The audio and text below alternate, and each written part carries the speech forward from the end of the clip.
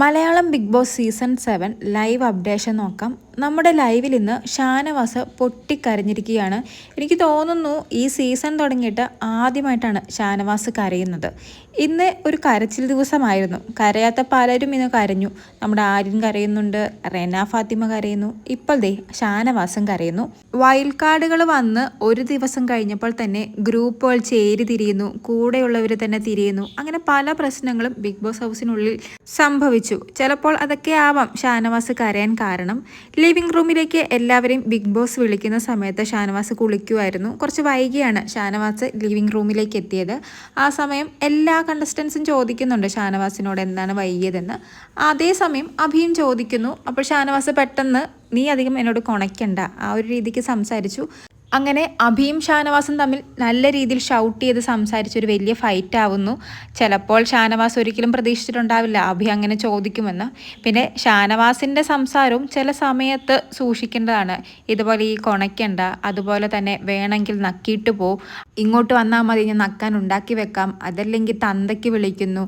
അങ്ങനെ പല പദപ്രയോഗങ്ങളും ഷാനവാസും നടത്താറുണ്ട്. എന്തായാലും അങ്ങനത്തെ ഒരു പദപ്രയോഗം അഭിലാഷിൻ്റെ നേരെ നടത്തിയപ്പോൾ അഭിലാഷ് തിരിച്ച് റിയാക്ട് ചെയ്തു.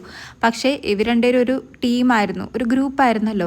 അഭിലാഷ് അത്രയും പേരുടെ മുമ്പിൽ വെച്ച് ഷാനവാസിനോട് അങ്ങനെ ഷൗട്ട് ചെയ്യുമെന്ന് ഷാനവാസ് കരുതിയില്ല. അതാണ് സങ്കടം വരുന്നതിനുള്ള മെയിൻ റീസൺ.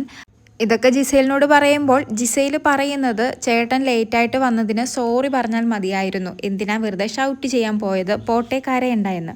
പിന്നെ ഷാനവാസ് പറയുന്നത് ഞാൻ രാവിലെ തൊട്ട് ജോലി എടുക്കുന്നുണ്ട്, എന്നാൽ അതാരും കാണുന്നില്ല. എന്നിട്ട് എല്ലാവരും വന്ന് എന്നോട് ചോദിക്കുന്നത് ചോറ് എവിടെ എന്നാണ്. നിങ്ങളെല്ലാവരും ഓണം ആഘോഷിക്കാൻ പോയപ്പോഴും പൂക്കളം ഇടാൻ പോയപ്പോഴും ഒക്കെ ഓണമായിട്ട് ഒരു നല്ല ഡ്രസ്സ് പോലും എനിക്കിടാൻ പറ്റിയിട്ടില്ല. ലക്ഷ്മിക്കും നേരത്തിന് ഫുഡ് കിട്ടിയില്ലെന്നാണ് പ്രശ്നം.